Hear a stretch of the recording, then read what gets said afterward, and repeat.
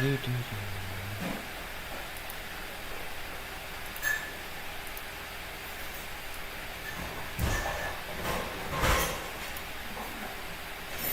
it goes.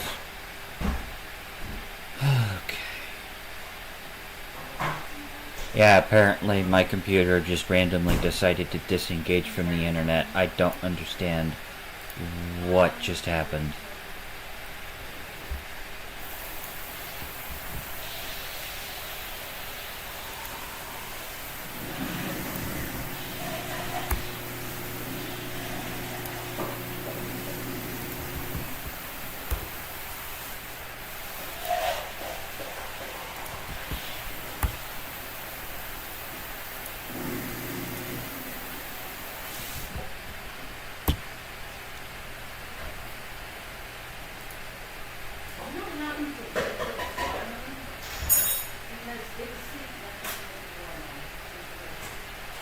Are we still getting the static? Or should I say the computer fan? Because I'm pretty sure that's what you're hearing. Yes. So somebody got the watermelon out last night. I'm assuming they ate some watermelon. Put the lid, instead of putting the watermelon back in the fridge, they put the lid in the dishwasher. Just the lid.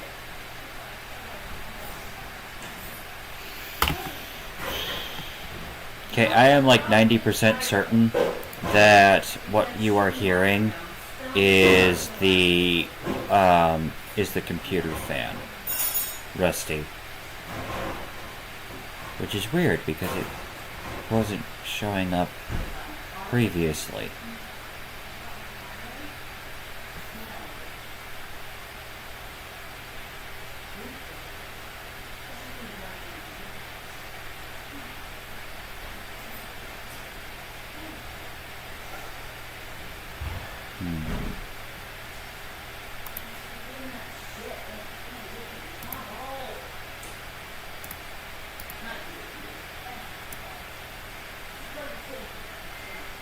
You said that we were getting less static this way?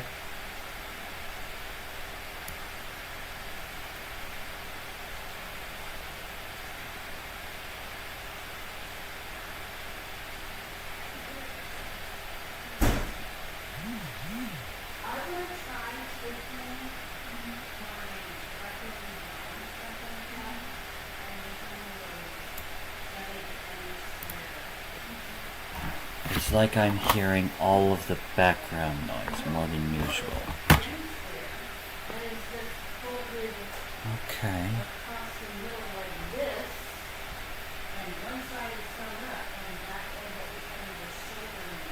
Well, that's weird. Unfortunately, I have no idea how to fix that.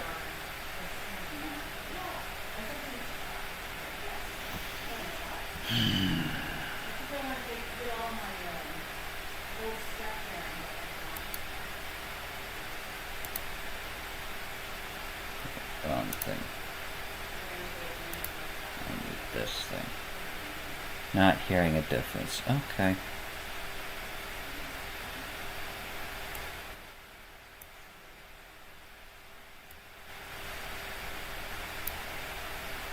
Yeah, I don't know what to tell you.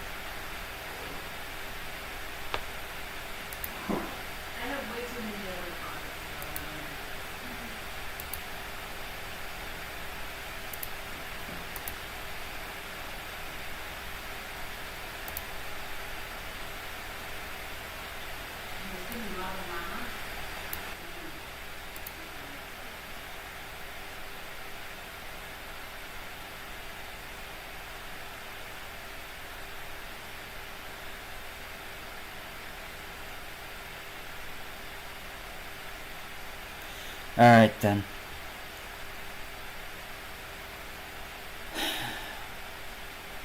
Rusty, do you want me to go ahead and like start over on the whole world state thing that I've got that I was doing?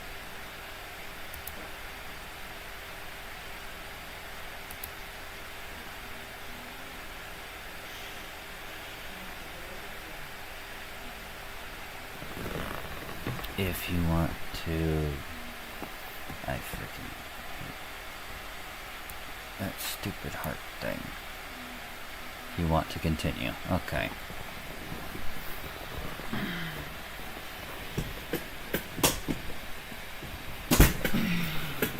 Now you're fine. Okay, cool. Then let's go ahead and get back into it, why don't we? Demon agreed only to save Eamon's life, not restore him to health. Arl Eamon needed a miracle to recover. The hero located an urn containing the sacred ashes of Andraste, which were said to cure any ailment. The urn was protected by ancient traps, tests of will, and a dragon-worshipping cult that wanted to twist the urn's power to its own ends. The urn remained pure, but mysteriously disappeared after the wardens departed. Only the temple dedicated to it still stands. With a pinch of the ashes, the hero restored the Arl to health. Informed of Logain's treachery, Eamon swore his political and military support. The circles of Magi are bound by oath to aid the Grey Wardens in times of blight. However, Lake Calenhad's tower could offer little help. One of its mages, Uldred, had become possessed by a pride demon and was twisting other circle mages into abominations. The hero fought to the top of the tower and defeated Uldred, saving the remaining mages. Grateful for their lives, the mages joined the Warden's army. The allies gained at the Circle were not the only soldiers to join the Warden's forces, however. Dalish elves don't usually make alliances, but even deep hatred can be set aside in the face of oblivion. An ancient curse was destroying Ferelden's largest Dalish clans, turning the elves into werewolves. Zathrian, the clan's keeper, claimed that the cure required the heart of the great wolf, Witherfang. Years before, Zathrian himself had afflicted a group of humans with the curse that now ravaged his clan. As long as he lived, the curse endured. The hero freed the werewolves from the long-standing curse, and the Dalish joined the Warden's forces. Blights may happen hundreds of years apart, but the dwarves who live below the surface of Thedas fight Darkspawn every day. No one is better schooled in battling Darkspawn than the warriors of Orzammar, except perhaps their allies of old, the Grey Wardens. The hero arrived in Orzammar in the wake of King Endrin's death to find political factions fighting for control of the Dwarven capital. Only the vote of a venerated paragon could break the deadlock to elect a ruler, and order the dwarves to honor their Grey Warden treaty and join the battle against the new blight. The hero set off to find a paragon named Branka, who had disappeared into the Deep Roads in search of a legendary artifact, the Anvil of the Void, created by the renowned smith Caridin to forge mighty war golems. The hero helped Caridin destroy the Anvil of the Void, along with the dark secrets that could trap a living soul inside a mechanical construct. The hero emerged from the Deep Roads with a master-forged crown to bestow the Paragon's favor upon whichever rival candidate would be crowned king. Balin, the youngest son of King Endrin who was suspected of foul play, or Haramont, the aging traditionalist backed by the Dwarven Assembly. Balin followed his father to the throne. He leads with a ruthless but progressive hand, seeking to re-establish ties to the surface kingdoms.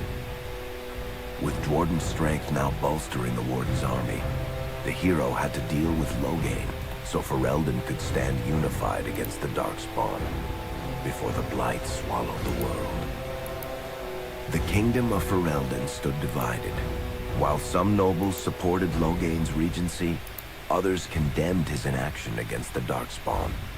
Civil war brewed, and Arl Eamon called a landsmeet in hopes of curtailing the conflict and removing Logain from the throne. As penance, Logain was sentenced to join the Grey Wardens and fight Darkspawn until the end of his days. As the Warden's united army massed in Redcliffe, the Darkspawn overran Denerim, laying siege to Ferelden's capital city. The hero's army fought valiantly through Denerim and broke the Darkspawn siege. On Fort Dracon's highest tower, the hero's strongest allies fought alongside the Warden in a final heroic battle against the massive Archdemon. The Archdemon was killed without the sacrifice of a Grey Warden's life. With no Archdemon to lead them, the Darkspawn scattered. Most fled underground, still teeming in number and always seeking a new Archdemon to awaken. The shattered kingdom of Ferelden embarked on a long journey to recovery. In the Blight's aftermath, strong leadership was crucial.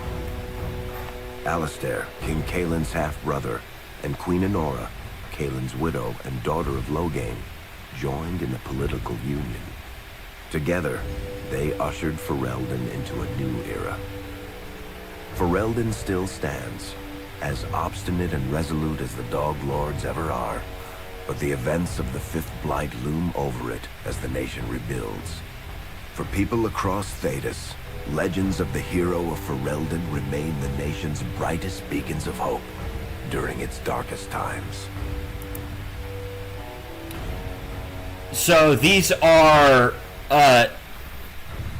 actually the events of the previous Dragon Age games. So, yeah. So, yes, this would be considered lore, I suppose you could call it. And this is effectively the canon that I am personally going with, based off of what I believe to be the best possible outcome. As far, you know, based off of my understanding of the world. It all began in Kirkwall, the fall of Knight Commander Meredith, the Chronari uprising, and of course, the Chantry's destruction and the onset of Mage Rebellion. One person always stood amidst the swirling chaos: Hawke, the champion of Kirkwall. The Hawke family fled Lothering, refugees from the Blight. Leandra, mother of the champion, and siblings Bethany and Carver hoped to find refuge at her family's estate in Kirkwall, far to the north. As a mage with a family legacy of magic on both sides, Hawke naturally became involved in the events that ultimately led to the Mage Rebellion.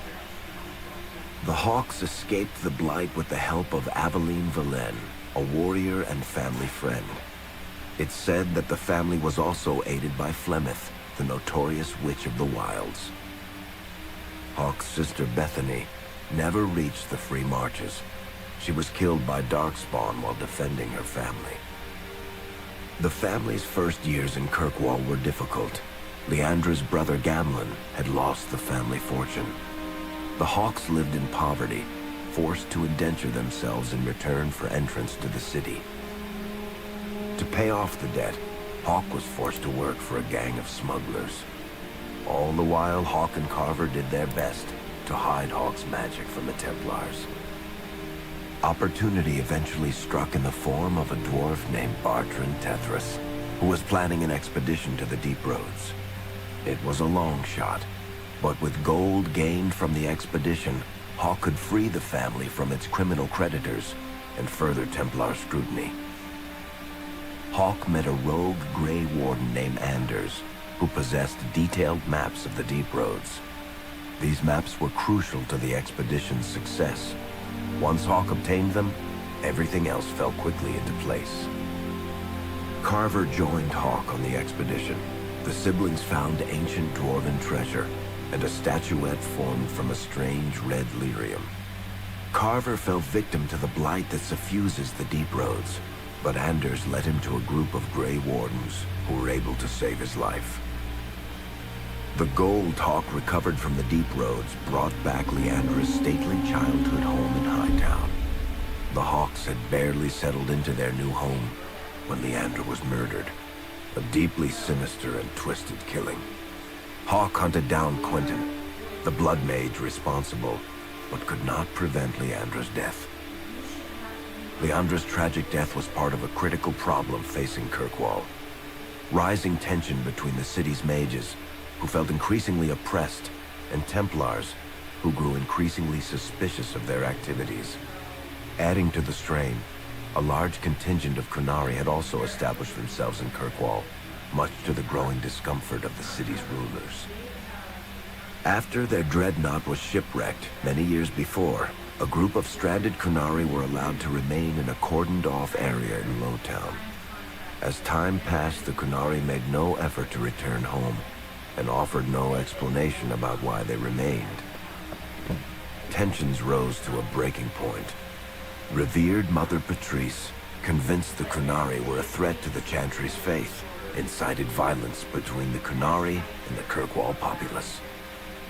Hawk knew that Patrice would bring about unnecessary conflict.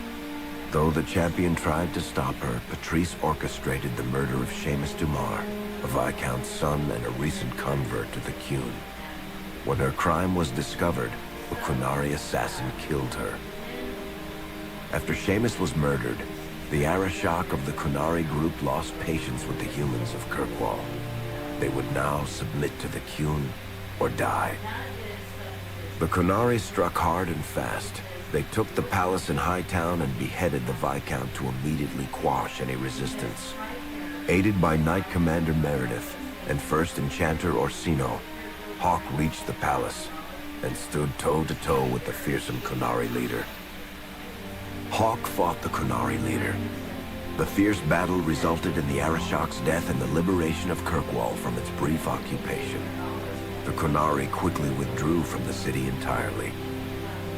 Hawk saved Kirkwall and earned the grudging respect of the city's Templars, mages, and nobility, along with the title that history remembers, the Champion of Kirkwall. Kirkwall's problems were still not over, however. After Viscount Dumar's death, Knight Commander Meredith took power and blocked all attempts to appoint a new Viscount. Under Meredith's command, the Templars tightened their grip on the mages, planning to suppress what Meredith saw as a growing rebellion. Anders, who spent years fighting for justice and freedom for his fellow mages, saw that the time for negotiation was past. He destroyed Kirkwall's chantry, killing hundreds, including Grand Cleric Elthina.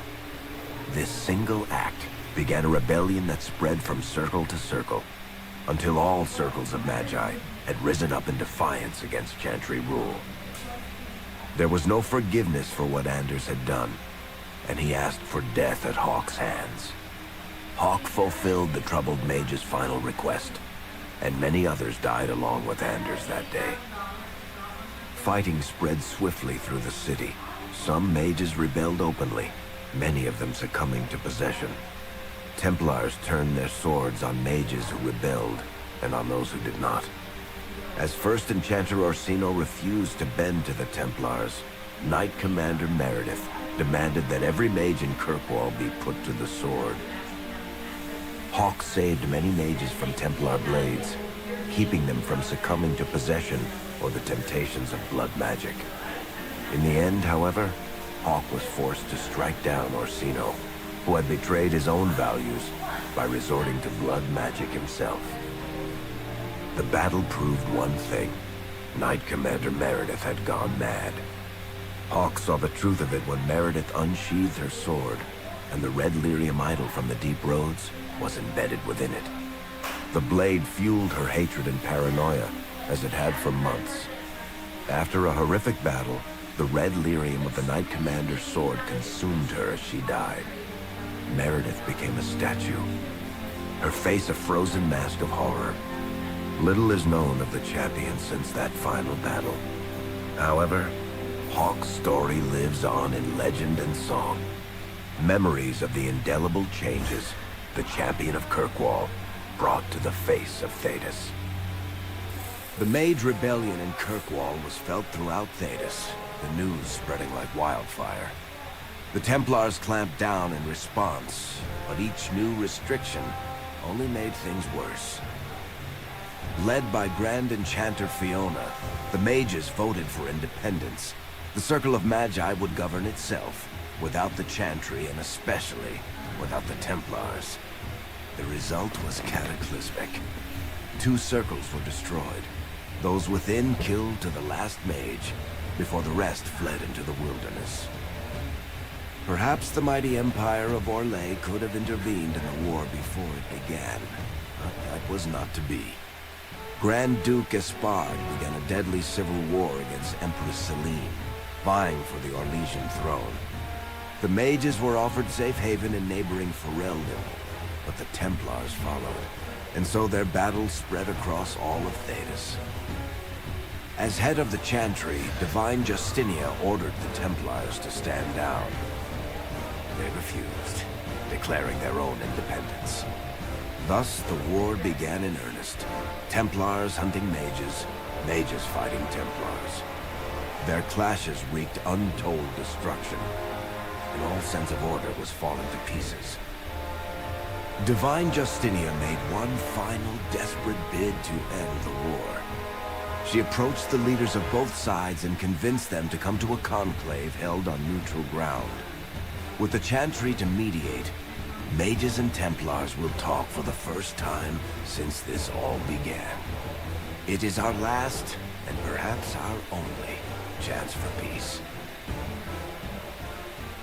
What could possibly go wrong?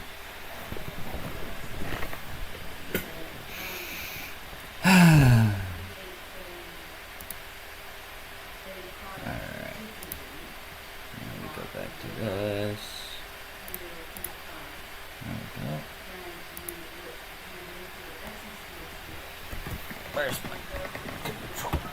No.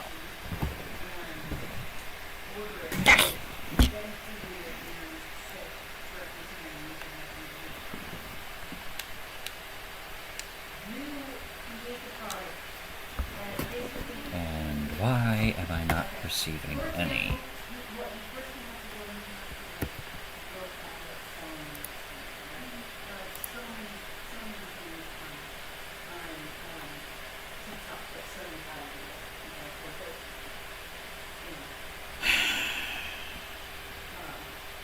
And for some reason, well,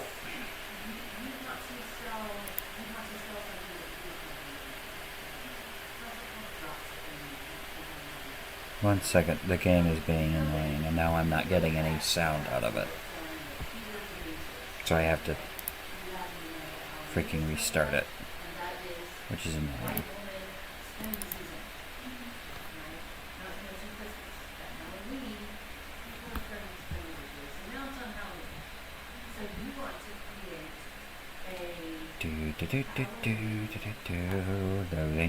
Loading.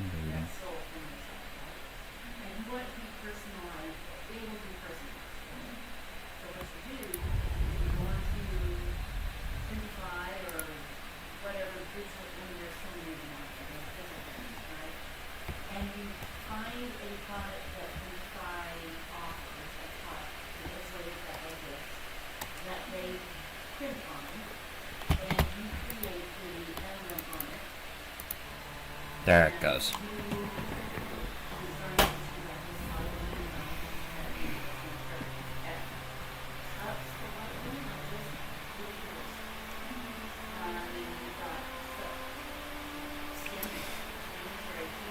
Peace talks didn't go well? Well, depends on your definition of well.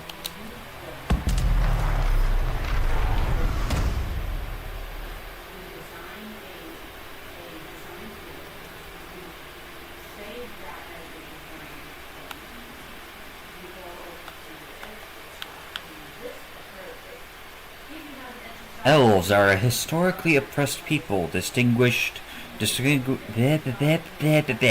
swear I can read. Distinguishable by their little lithe frames and pointed ears. Though most survive in the poorest fringes of human society, others live as nomads, known as the Dalish.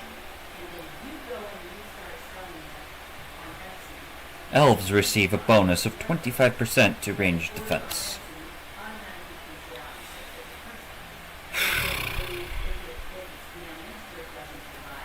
So, I put up a vote on Discord across, you know, how I've across a whole bunch of what is wrong with me? Across a whole bunch of Discord servers that I happen to be in. And I asked, which class am I taking? Rogue, Warrior, or Mage? The funny thing is that Mage, hilariously enough, ended up being the only one to receive exactly 1 vote. Meanwhile, Rogue and Warrior get tied for 4 votes. I don't know how this is possible, but that is what happened.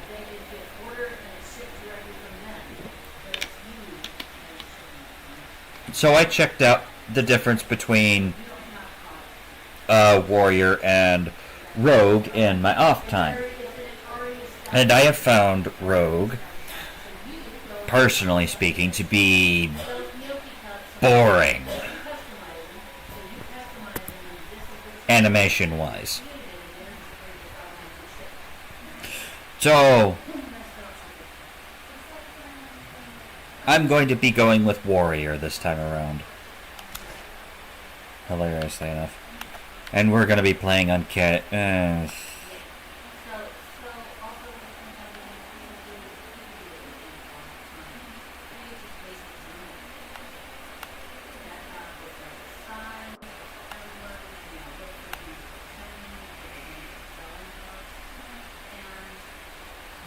for masochists and the truly mad, it doesn't get more challenge than this. Yeah. I think we're gonna stick with normal.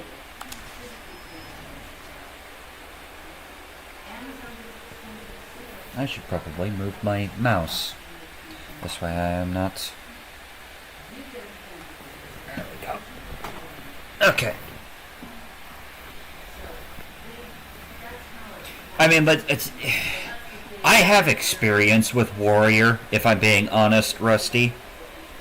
So, unlike Rogue, but one of the things that I have noticed about Rogue gameplay is that, unlike, say, Warrior gameplay, Rogue is very static. If I were to rate if I were to rate the 3 classes between Rogue, Warrior, and Mage, I would say Mage is by far the most interesting of the 3. And then you've got Warrior, and then you have Rogue.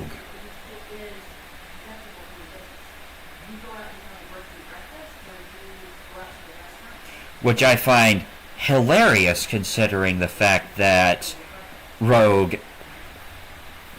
when you think of a rogue, you're thinking of, you know, somebody who's like dashing around, super sneaky, all of that fun stuff. And yet Rogue basically just does one of 2 things. They either stand there and stab you, or they stand there and shoot you.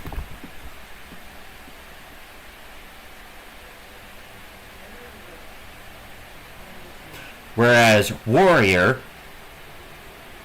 will basically have like 1-2 static attacks, and then 1-2 dynamic attacks.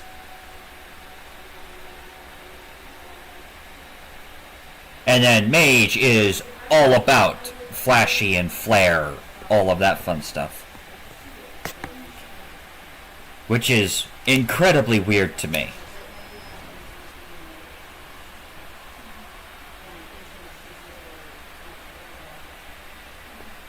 Enslaved long ago by humans, most elves still live as second-class citizens within human cities. Elves who reject this life are known as the Dalish, nomadic wanderers who strive to keep the elven religion and traditions alive. You were raised in the wilderness to be a hunter, relied upon by the Lavellan clan for food and protection. The clan wandered the northern free marches and had little need to interact with humans. Until the clan's keeper sent you to the Chantry's conclave as a spy. What happened there, she said, would impact not only the Dalish, but indeed all elves. She could not have known how right she was. Are we importing world state? Yes.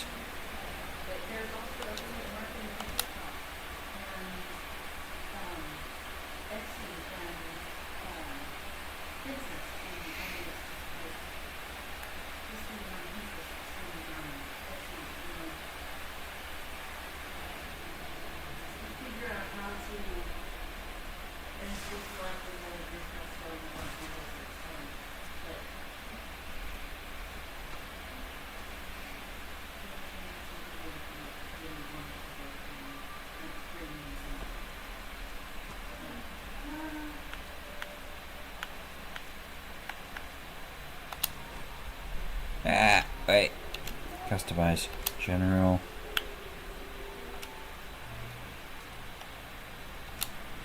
Gentile complexion.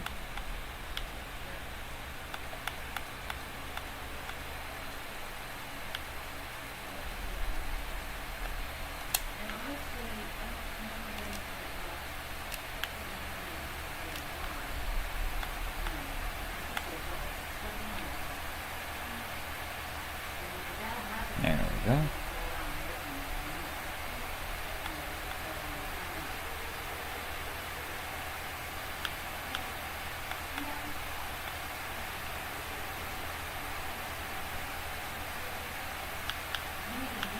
This one.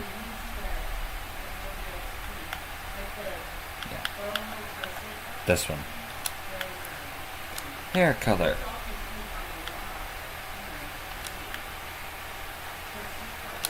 Everything you've heard? Completely true. Leave me no choice. Everything you've heard? Completely true. Honestly, it's just a closer... The deeper voice is just closer to mine, in my opinion. As long as the job gets done, I don't care about the rest.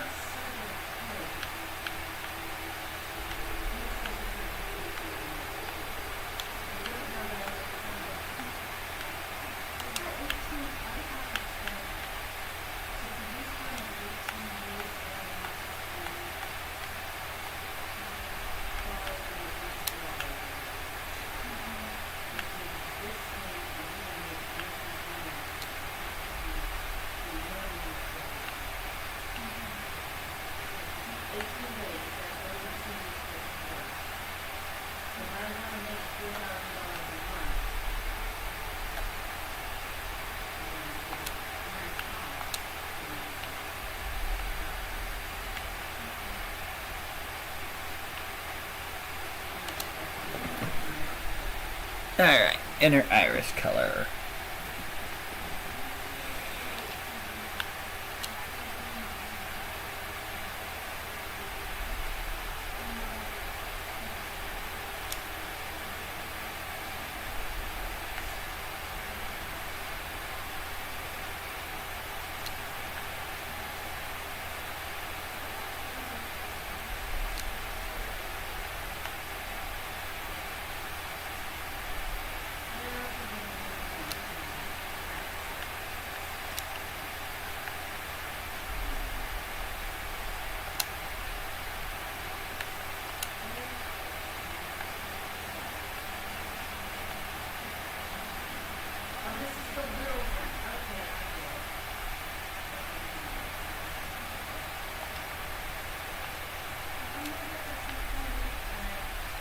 There we go. Alright.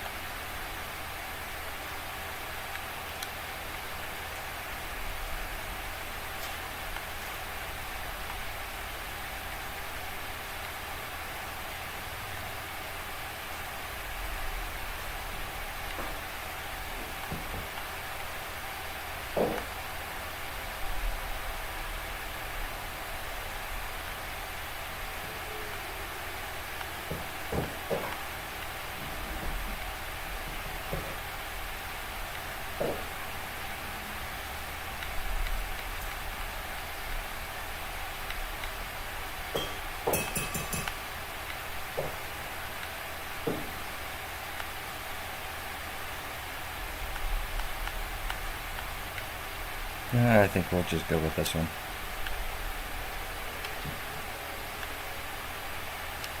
Make a...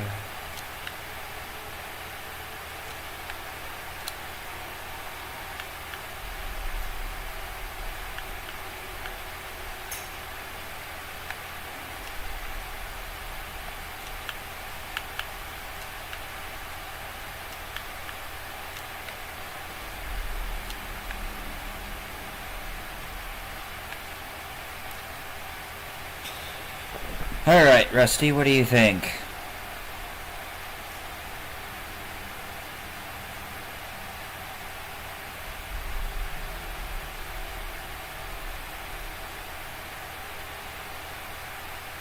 What do you think of our elf here?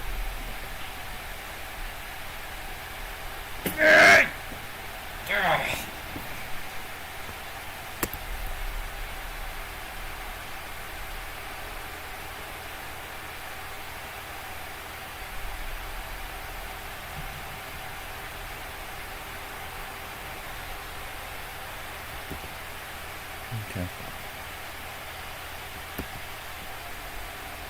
Rusty?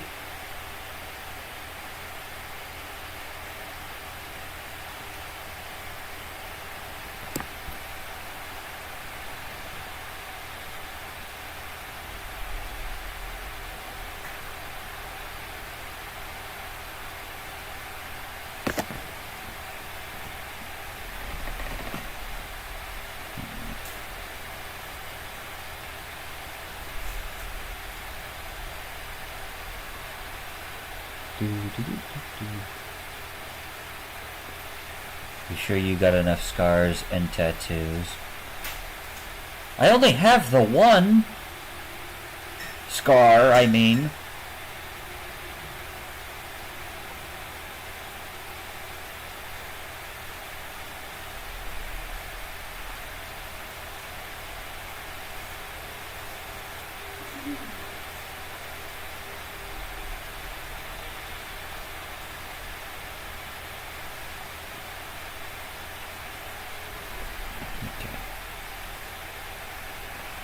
Alright. Well, in any case.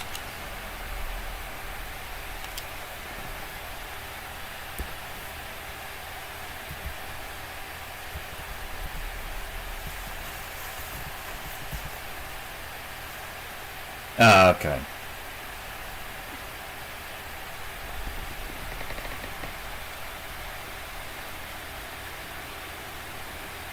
One second, have it. Need to. I'm second guessing myself, and now I need to make sure that I'm actually spelling correctly.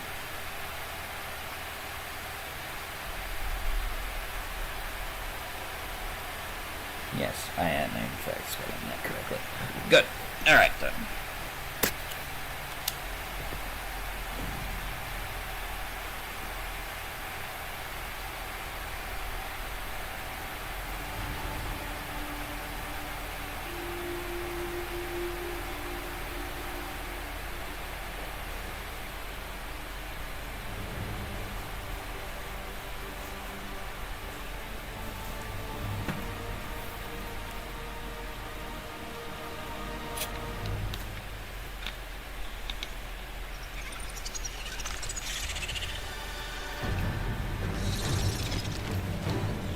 Oh crap, I forgot I was arachnophobic! Ah! I'm so sorry for making that joke.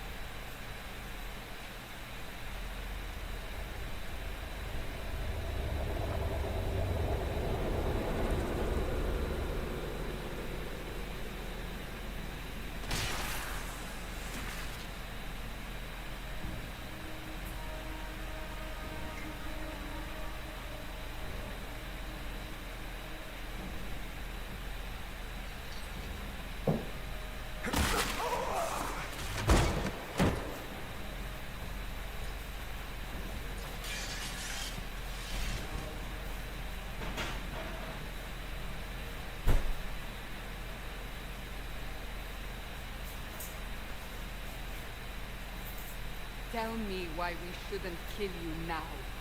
The Conclave is destroyed. Everyone who attended is dead. Except for you.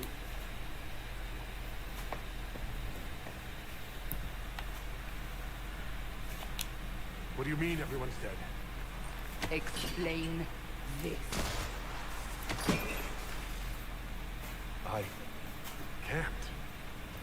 What do you mean you can't? I don't know what that is, or how it got there. You're lying! We need him, Cassandra. I will say this. I really like Liliana's design in this game, except for her boots. That's the only problem I have with her design in this game.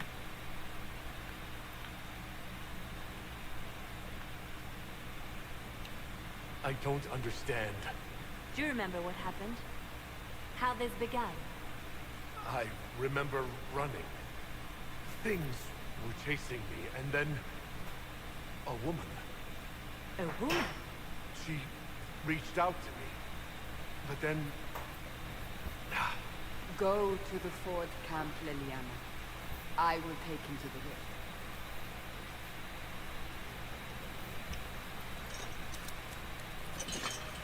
what did happen?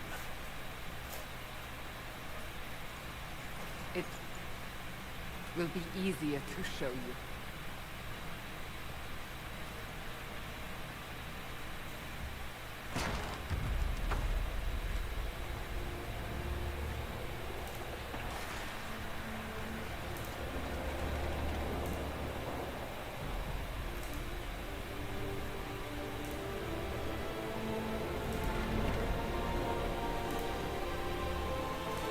We call it the Breach. It's a massive rift into the world of demons that grows larger with each passing hour. It's not the only such rift, just the largest. All were caused by the explosion of the Conclave. An explosion can do that? This one did. Unless we act, the breach may grow until it swallows the world.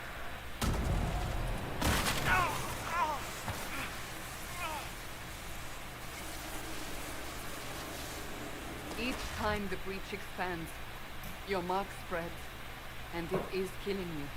It may be the key to stopping this, but there isn't much time. You want to know something funny, Rusty? The only person who voted for Mage was Orimo, the fiery secretary. You say it may be the key. To doing what? Closing the breach. Whether that's possible is something we shall discover shortly. It is our only chance, however. And yours. You still think I did this? To myself? Not intentionally. Something clearly went wrong. And if I'm not responsible? Someone is.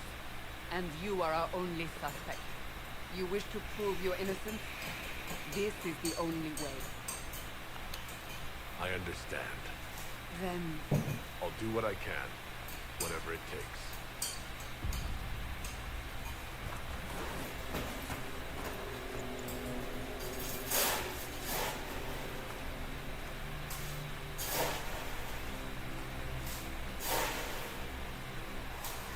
they have decided your guilt. They need it. The people of Haven mourn our most holy, divine Justinia, head of the Chantry. The conclave was hers. It was a chance for peace between mages and Templars. She brought their leaders together. Now they are dead. We lash out like the sky, but we must think beyond ourselves, as she did. Until the breach is sealed.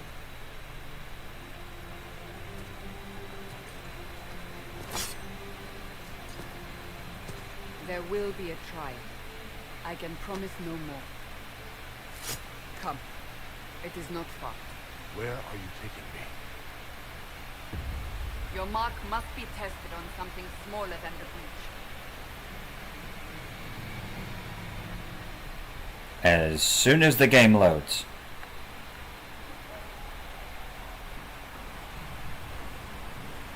Do do do do do do do.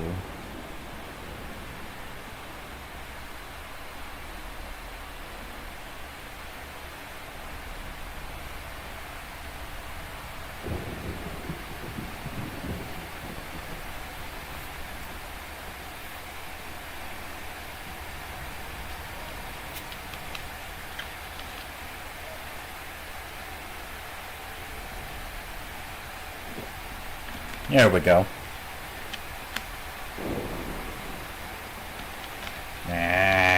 Come on, there we go.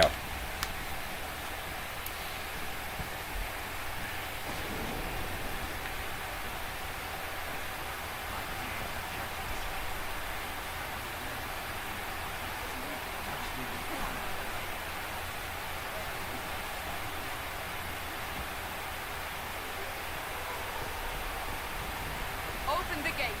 We are heading into the valley.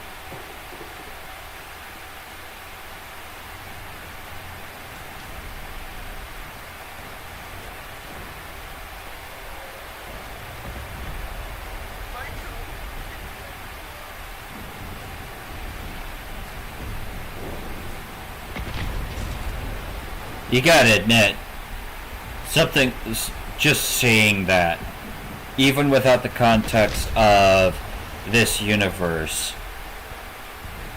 is just downright horrifying. As a matter of fact, I am now going to put this into the context of the universe.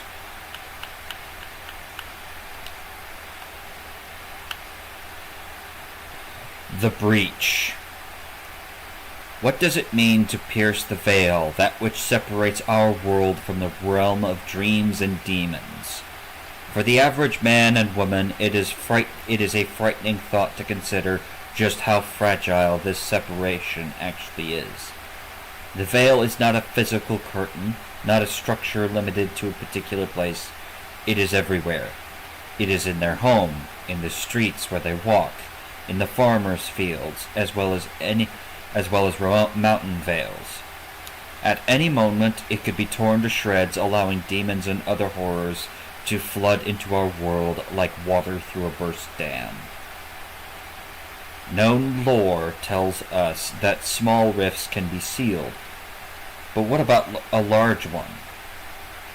If some catastrophic magical event created a rift so large and horrific it weakened the integrity of the veil as a whole, such a breach would threaten our entire world, turning concerns about occasional demonic intrusion into a charming anecdote compared to the monsters we would then face. If there is anything to be done, any reason we should look at magic with fear, it is that possibility more than any other. from the true threat of magic by Lady Seeker Alundra Vale. The problem is that this is that this little excerpt is not wrong.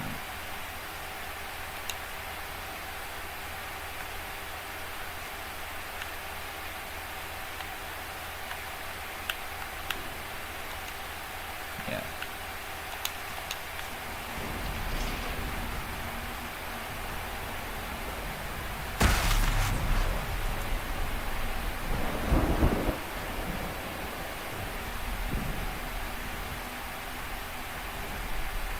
Pulses are coming faster now. The larger the breach grows, the more rifts appear, the more demons we face. How did I survive the blast? They said you stepped out of a rift, then fell unconscious. They say a woman was in the rift behind you.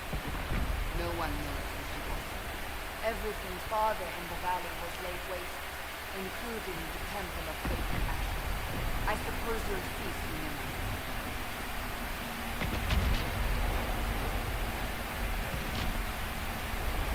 Yeah. Ah!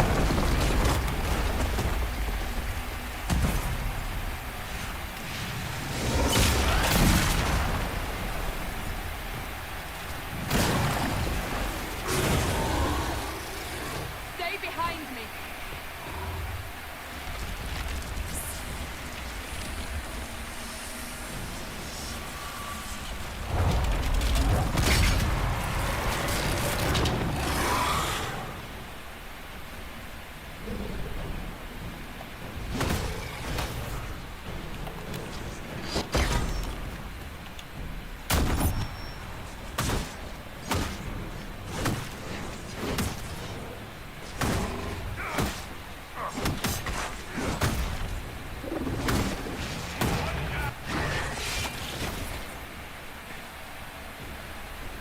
It's over.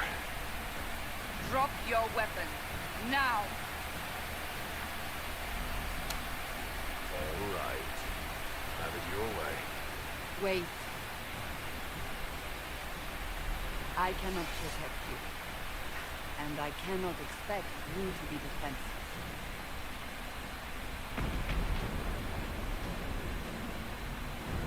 I should remember you agreed to come willingly.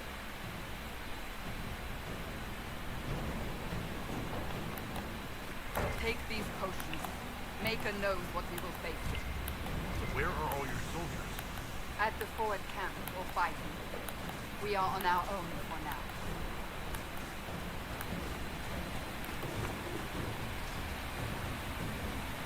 I would like to point out that this ice is completely solid.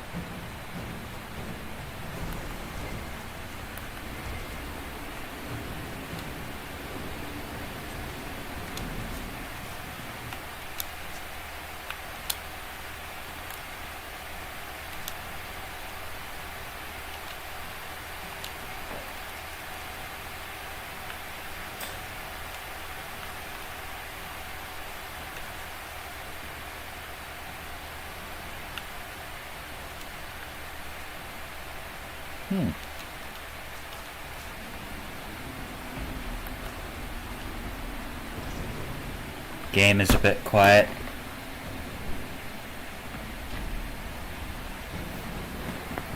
One second.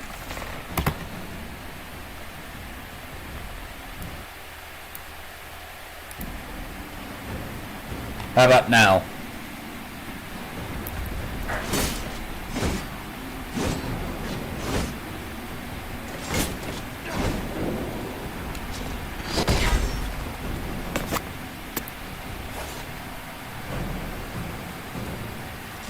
I turned the volume all the way up.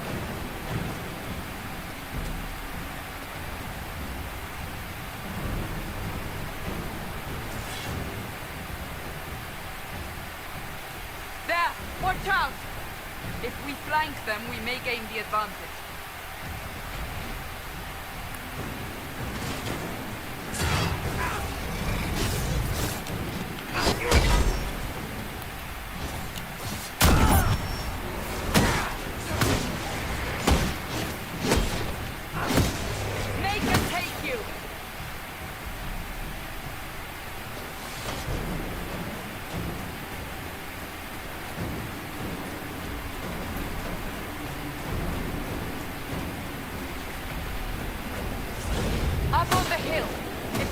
from a distance.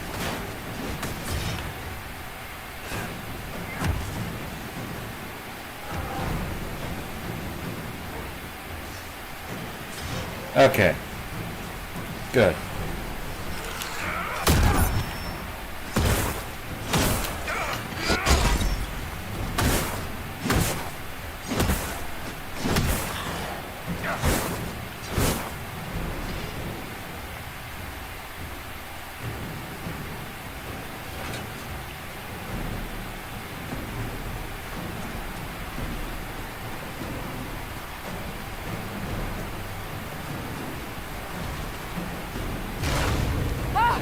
They're falling from the breach!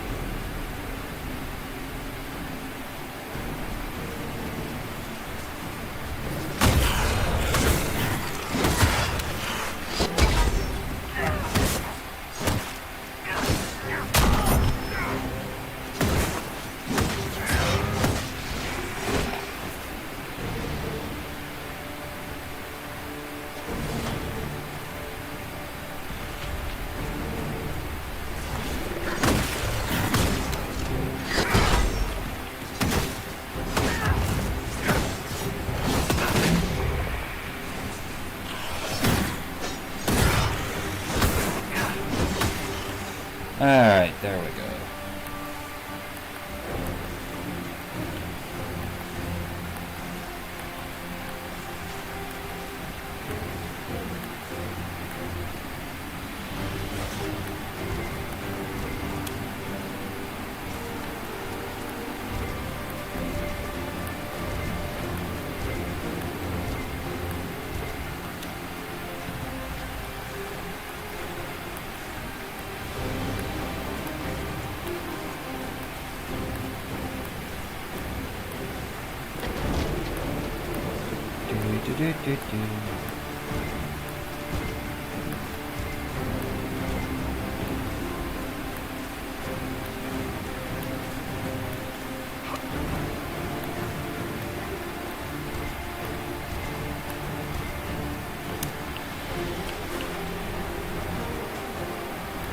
Alright, here we go.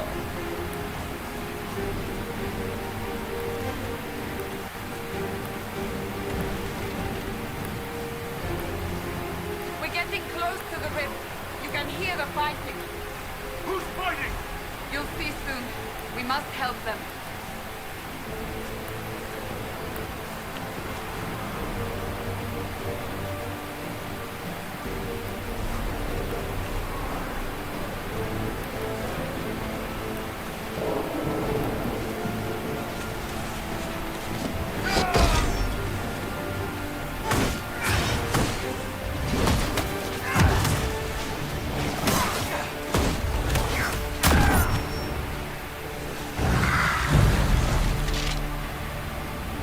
Quickly! Before more come through!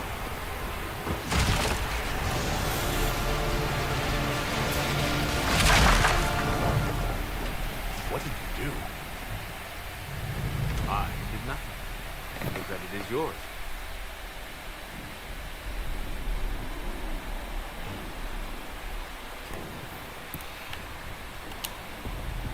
At least this is good for something. Whatever magic opened the breach in the sky also placed that mark upon your hand. I theorized the mark might be able to close the rifts that have opened in the breach's wake. And it seems I was correct. Meaning it could also close the breach itself. Possibly. It seems you hold the key to our salvation.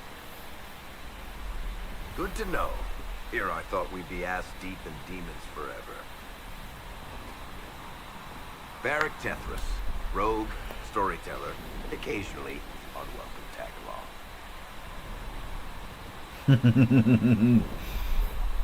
Ah, Varric.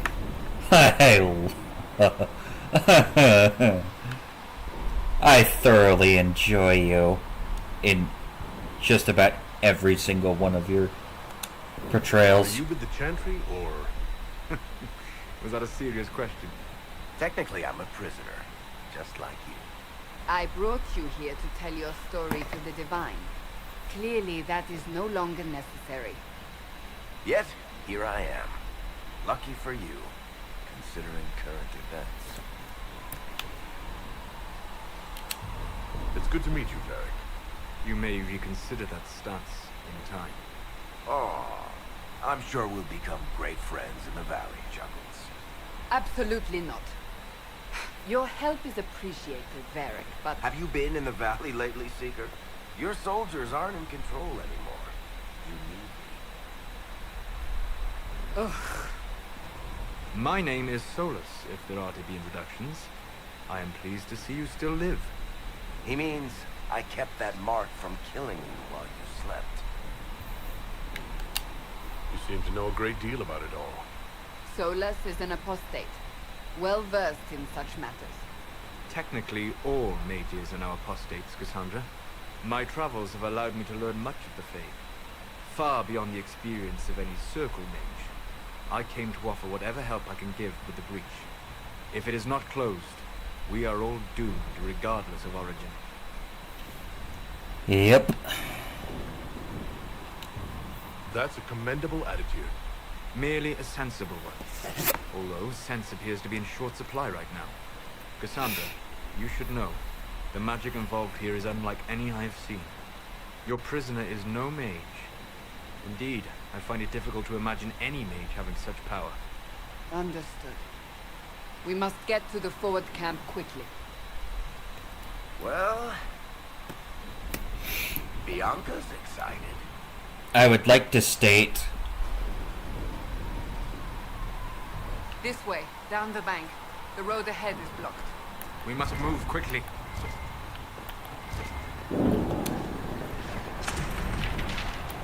I would like to ask, why didn't he say that,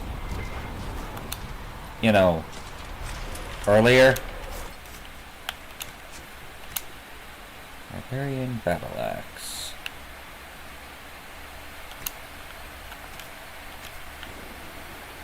Armor pen or cinder. I'm okay with a cinder.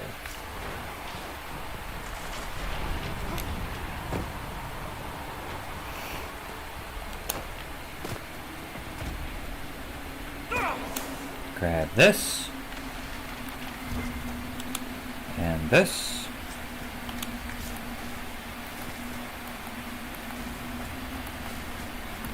Demons ahead. Glad you brought me now, Seeker.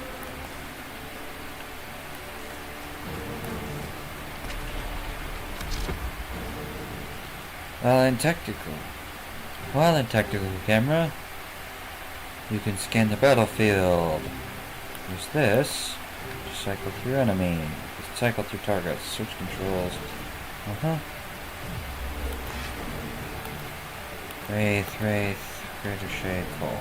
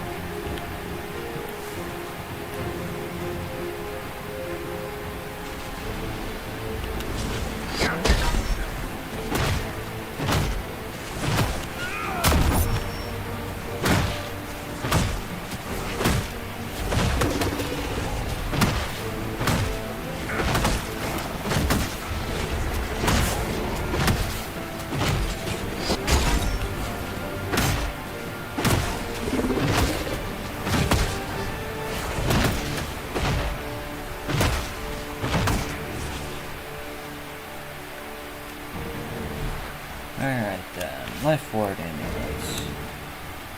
Some iron.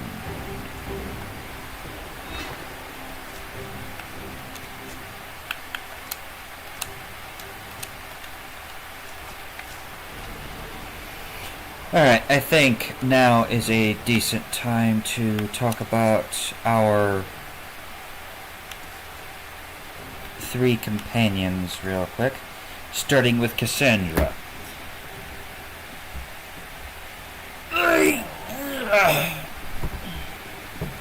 Cassandra is what is called a seeker of truth. She is effectively a super Templar due to the fact that she does not require lyrium in order to utilize her Templar abilities, unlike pretty much all other Templars, which is weird because mages need lyrium too. Weird how that works.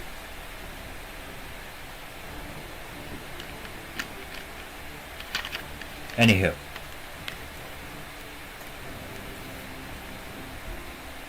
She also acts as a, back when this actually meant anything, she effectively also acted as a pseudo internal affairs, as it were, when it came to the Templar Order, when it came to dealing with the Templar Order. Any Templar that was, acting outside of its bounds was to be, dealt with by the Seekers of Truth.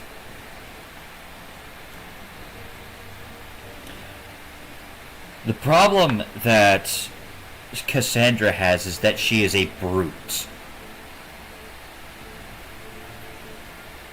This is not to say that she is stupid, mind you. It is that she does not have... How do I put this? She doesn't think 2 to 3 steps. She doesn't use 2 to 3 step logic as like her first option. It's not the first thing that she does, if that makes any sense.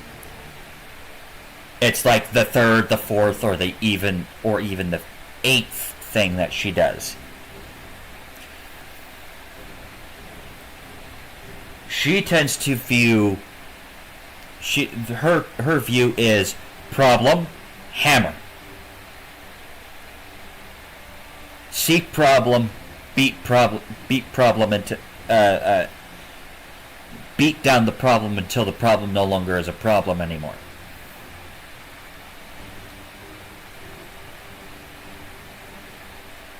And obviously that doesn't necessarily work all that well when you really think about it.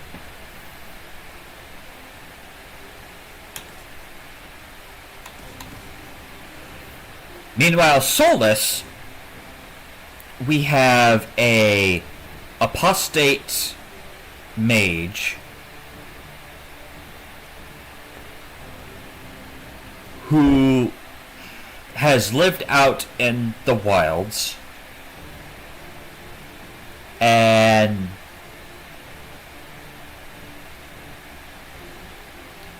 is apparently here to, and is basically going, okay, there's a thing going down over there.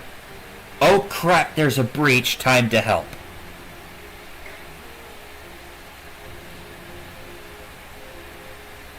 And he is a lot more of the kind of individual who tends to think in 2 to 3 to 4 to 5 step logic first. It's the first thing that he thinks of.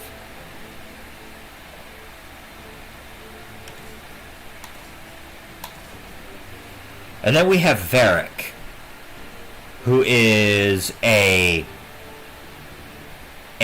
author, storyteller, guy who happened to be in the previous game. He was a companion in Dragon Age 2. and basically has been not necessarily the center, but close to the center of, major historical events through no fault of his own. And he basically gives us part of the down-to-earth perspective.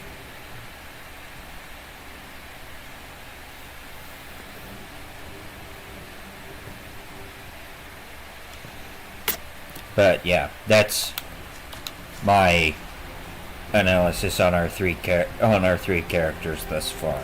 You are Danish, but clearly away from the rest of your clan. Did they send you here? What do you know of the Dalish? I have wandered many roads in my time, crossed paths with your people on more than one occasion. We are both of the same people, Solus. The Dalish I met felt differently from such. Can't you elves just play nice for once? Hold on. We haven't much further. Do.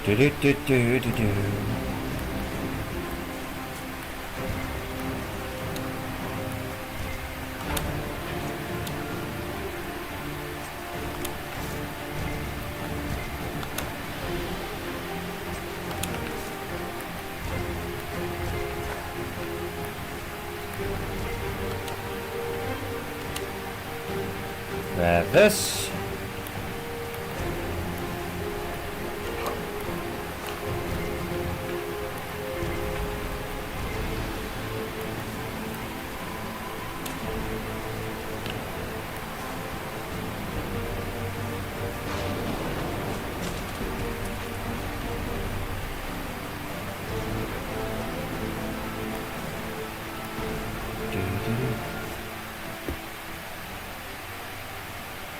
So they're basically the warrior, rogue, and mage to round off whatever class you didn't pick. Basically, kind of. So, are you innocent? I don't remember what happened. That'll get you every time. Should have spun a story. That's what you would have done. It's more believable and less prone to result in premature execution.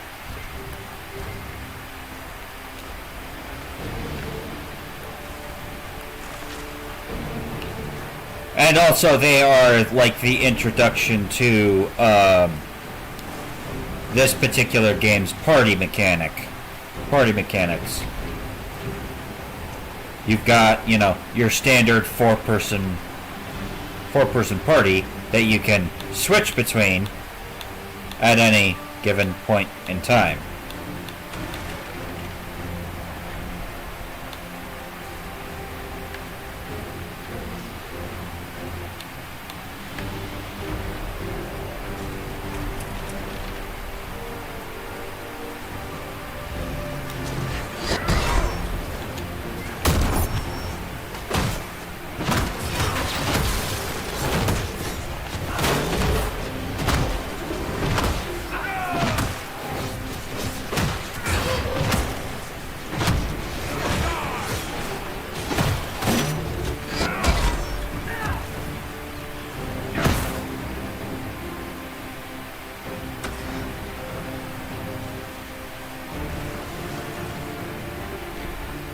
Oh, cool. I hope Liliana made it cruel. She's resourceful, Seeker. We will see for ourselves at the forward camp. We're almost there.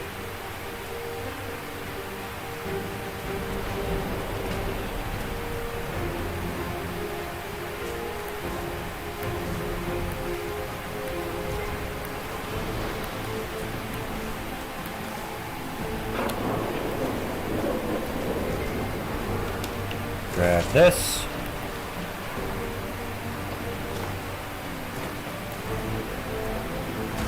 Another rift! We must seal it! Quickly! They keep coming! Help us!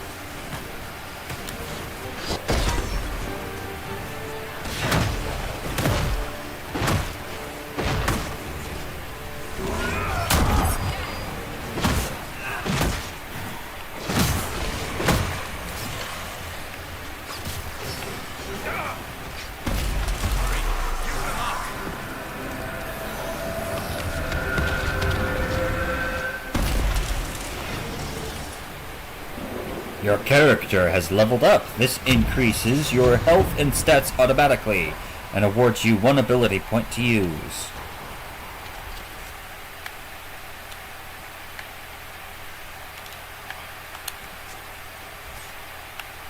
Alright.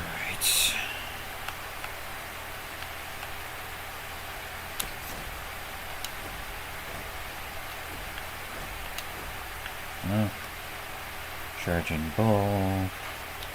Do I want to grab charging bowl, or do I want to get the block and slash first? I'm thinking charging bowl.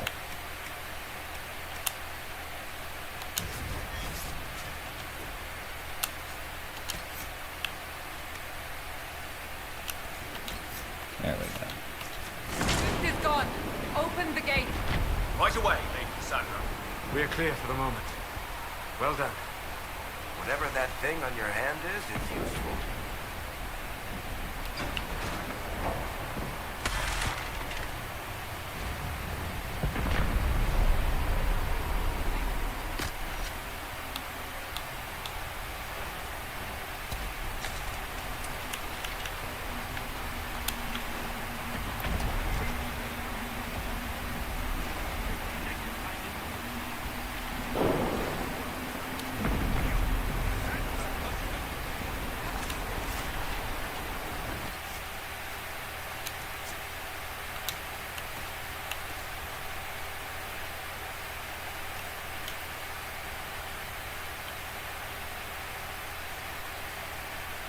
What are some of your favorite D&D RPG-like games?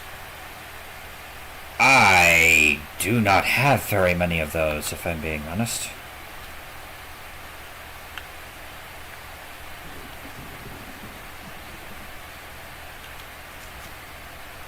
Phew.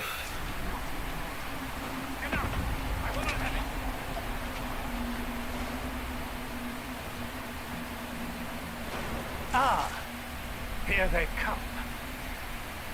You made it. Chancellor Roderick, this is... I know who he is. As Grand Chancellor of the Chantry, I hereby order you to take this criminal to Val Royeaux to face execution. Order me? You are a glorified clerk, a bureaucrat. And you are a thug, but a thug who supposedly serves the Chantry. We serve the most holy, Chancellor. As you well know. Justinia is dead. You must elect a replacement and obey her orders on the matter. Isn't closing the breach the more pressing issue? You brought this on us in the first place. Call a retreat, Seeker. Our position here is hopeless. We can stop this before it's too late. How? You won't survive long enough to reach the temple, even with all your soldiers. We must get to the temple. It's the quickest route. But not the safest. Our forces can charge as a distraction while we go through the mountains. We lost contact with an entire squad on that path. It's too risky. Listen to me. Abandon this now, before more lives are lost.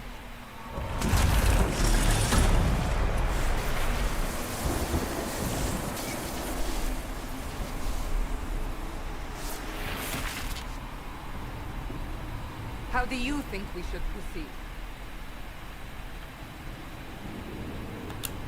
Now you're asking me what I think. You have the mark. And you are the one we must keep alive. Since we cannot agree on our own. And now we come to the crux of the court.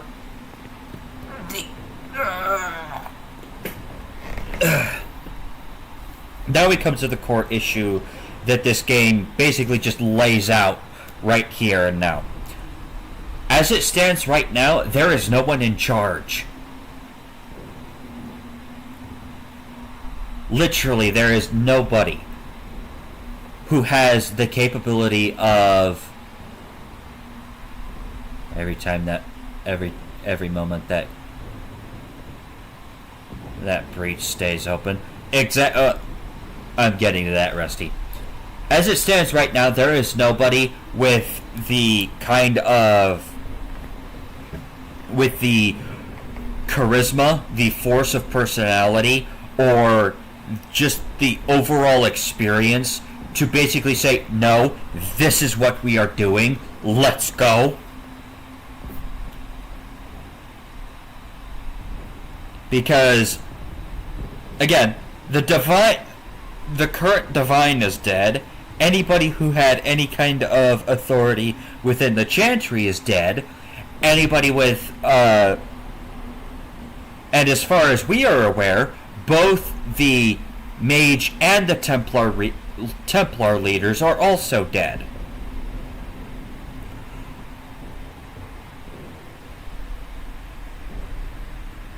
So right now it's just like, what?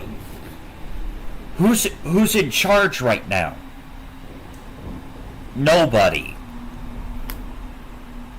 And there's no real good candidates to pick from when it comes to, creating another leader. I mean, sure, Cassandra's there, and technically has the most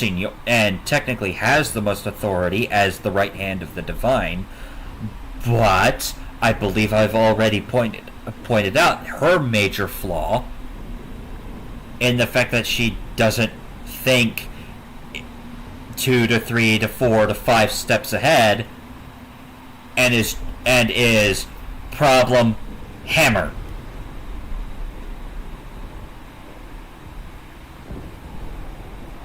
Liliana? She does not have the force of personality to be able to... She's not a leader either. She doesn't have the force of personality to basically say, no, this, let's go.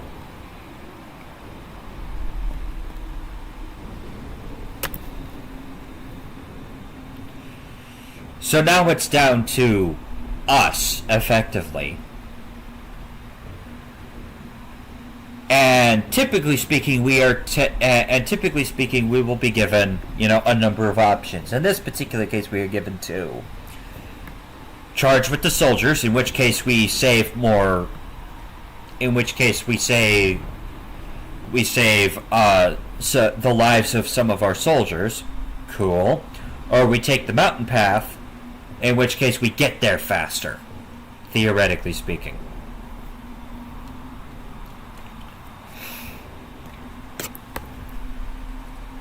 In my opinion, the smart decision would be to take the mountain path.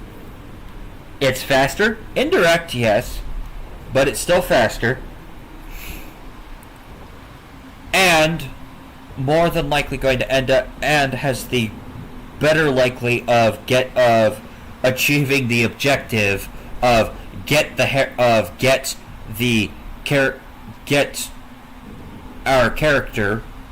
main character to point B to hopefully stop this entire nonsense. Use the mountain path. Work together. You all know what's at stake. Liliana, bring everyone left in the valley. Everyone. On your head be the consequences, Seeker.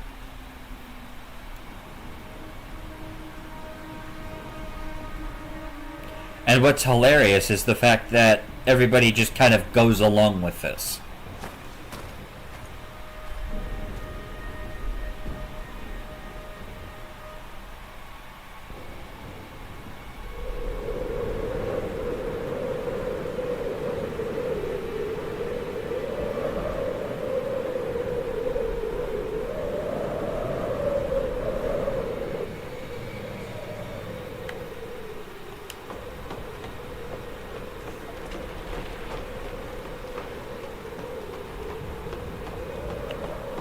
The tunnel should be just ahead.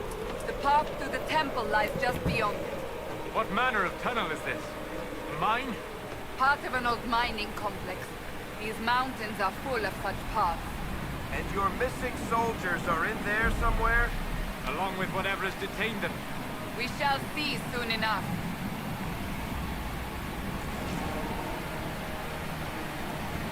Ah, the perks of having high charisma.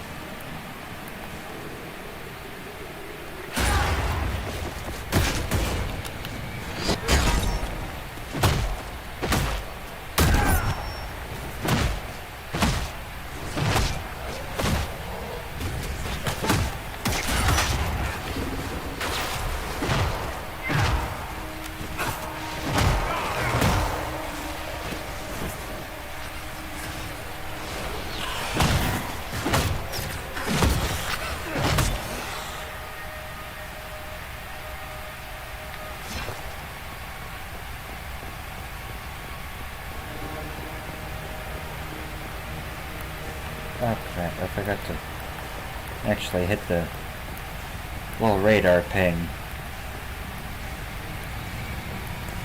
Make sure I grabbed everything.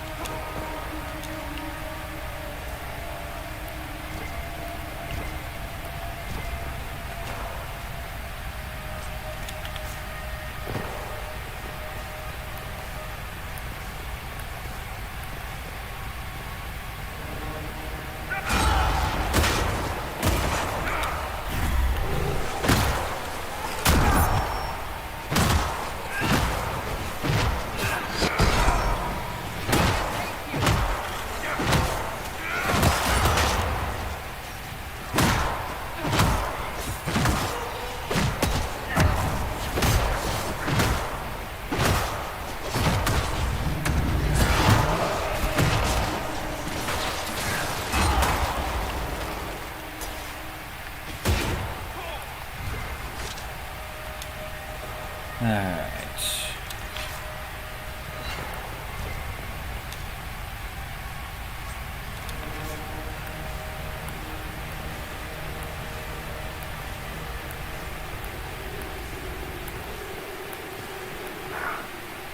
Guess we found the soldiers. That cannot be all of them. So the others could be holed up ahead. Our priority must be the breach. Unless we seal it through, no one is safe. I'm leaving that to our elven friend here.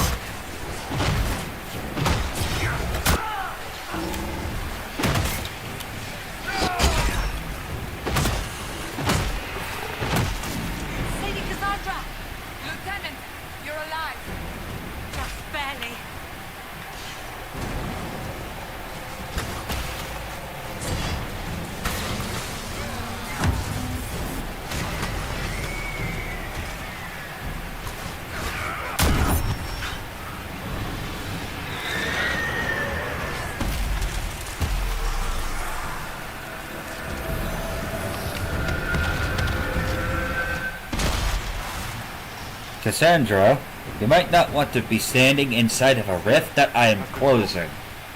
You are becoming quite proficient at this. I'm Let's just hope saying. It works on the big one. Thank the Maker you finally arrived, Lady Cassandra. I don't think we could have held out much longer. Thank our prisoner, Lieutenant. He insists if we come this way. The prisoner? Then you... It was worth saving you, if we could. Then you have my sincere gratitude. The way into the valley behind us is clear for the moment. Go, while you still can. At once. I really like those helmets. The path ahead appears to be clear of demons as well. Let's hurry before that changes. Down the ladder. That's the way to the temple.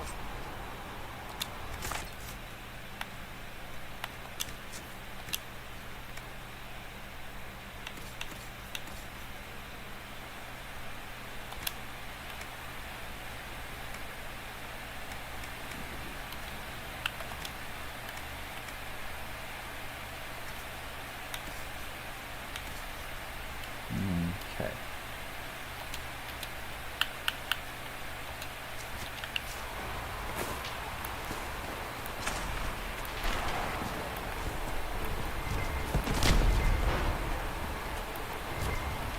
Hi there.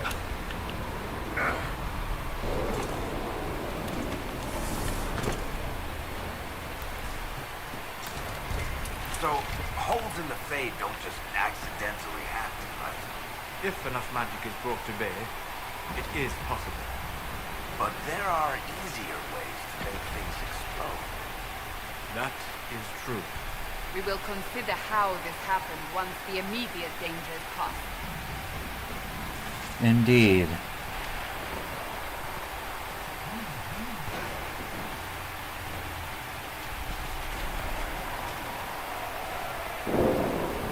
You gotta admit, The Temple of Sacred Ashes. That is where you walked out of the Fade, and our soldiers found you. They say a woman was in the rift behind you. No one knows who she was.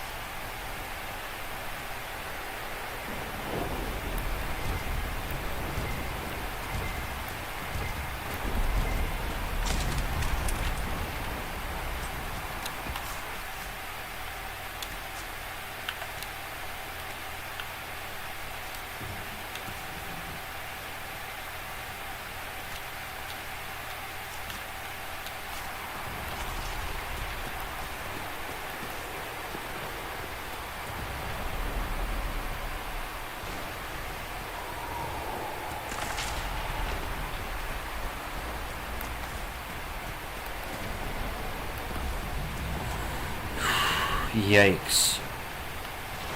I'm surprised there's anything left of the temple.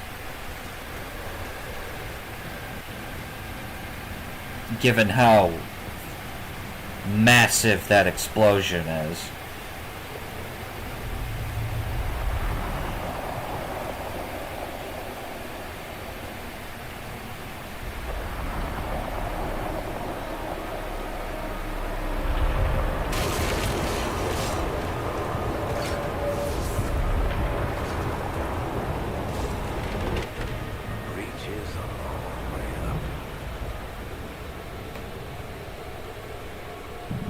You're here. Thank the Maker. Liliana, have your men take up positions around the temple.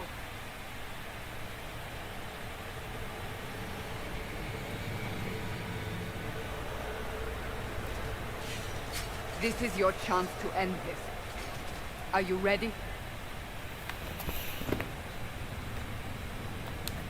I'll try. I don't know if I can reach that, much less close it. No. This rift was the first, and it is the key. Seal it, and perhaps we seal the breach. Then let's find a way down. And be careful. Now is the hour of our victory. Bring forth the sacrifice. What are we hearing? At a guess, the person who created the breach.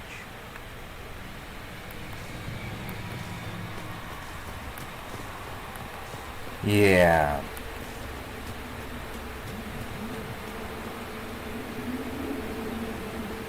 You know this stuff is red lyrium, Seeker. I see it, Varric. But what's it doing here? Magic could have drawn on lyrium beneath the temple, corrupted it. It's evil. Whatever you do, don't touch it. Keep the sacrifice still. Someone help me! That is Divine Justinia's voice.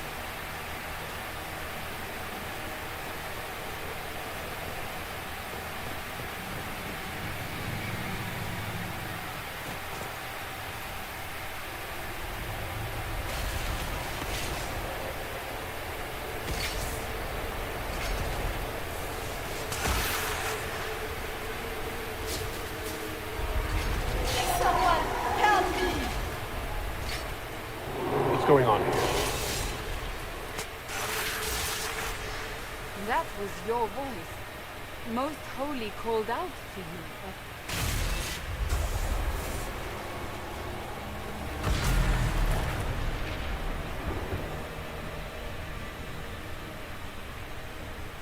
What's going on here? Run when you can! Want them! We have an intruder. Slay the elf.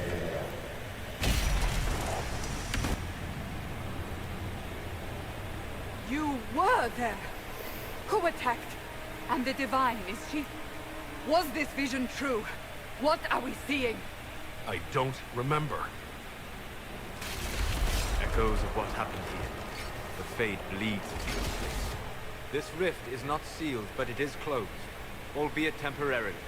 I believe that with the mark, the rift can be opened, and then sealed properly and safely. However, opening the rift will likely attract attention from the other side. That means demons! Stand ready!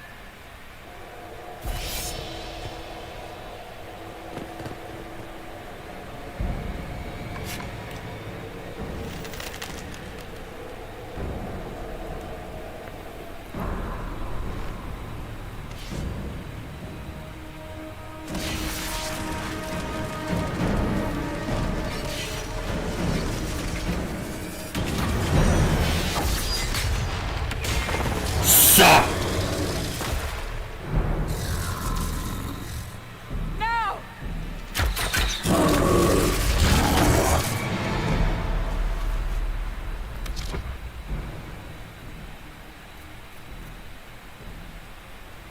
A pride demon.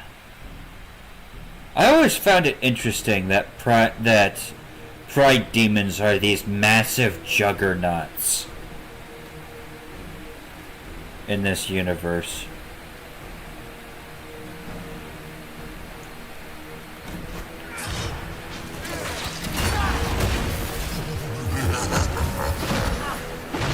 We must strip its defenses, wear it down.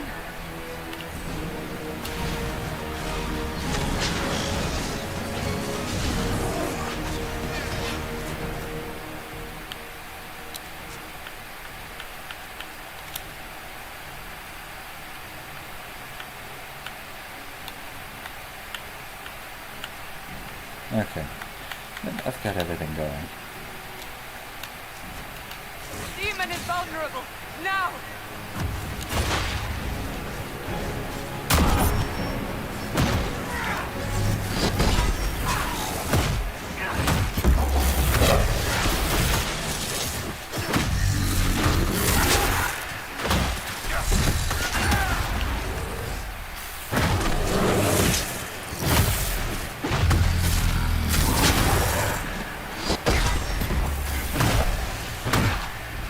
More coming through the rift!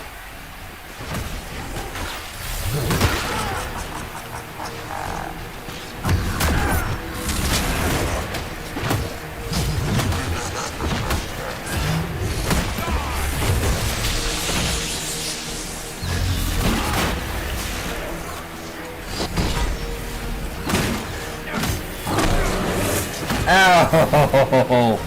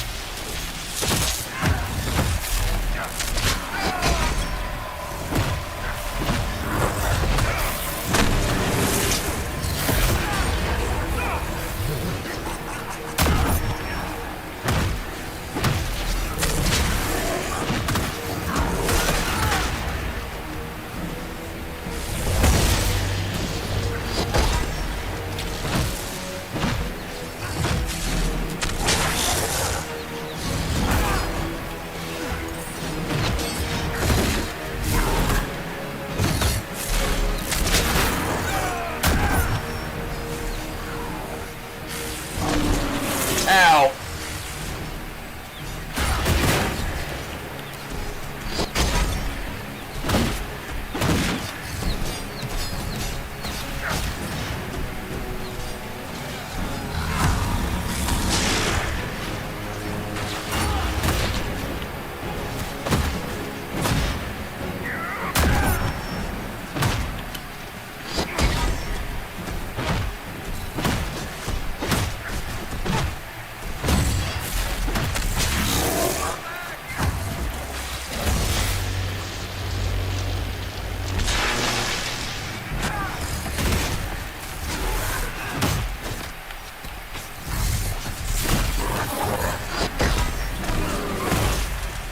Now!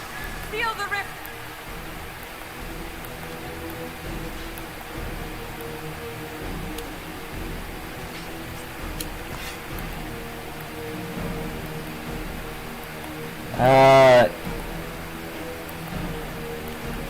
Hold on a second.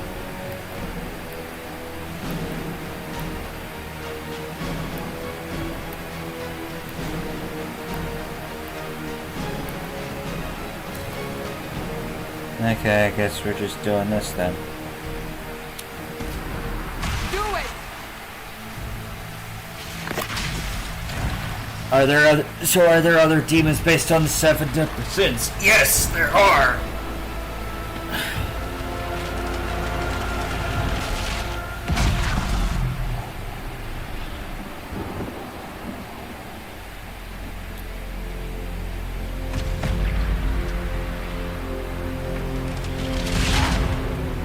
Though technically, the lust demon is actually referred to as the desire demon instead, in this particular case.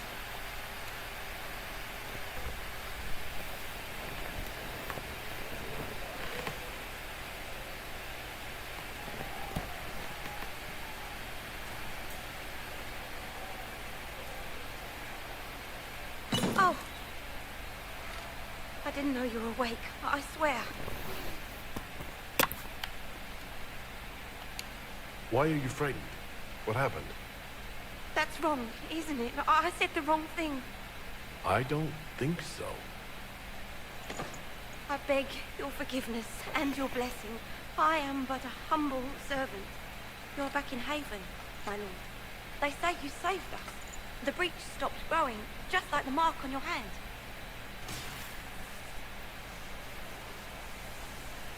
It's all anyone has talked about for the last 3 days. So you're saying they're happy with me? I'm only saying what I heard. I didn't mean anything by it. I'm certain Lady Cassandra would want to know you've wakened. She said, at once. And where is she? In the Chantry, with the Lord Chancellor. At once, she said.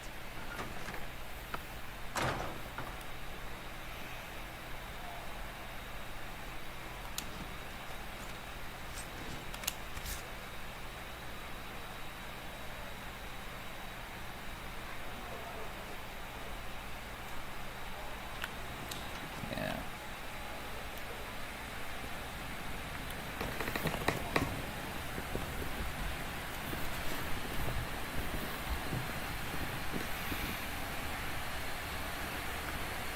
Rhetorically speaking, why?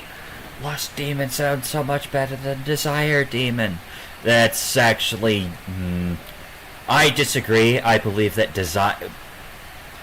Desire Demon does sound a heck of a lot better than Lust Demon, but then again, I'm also biased in this regard.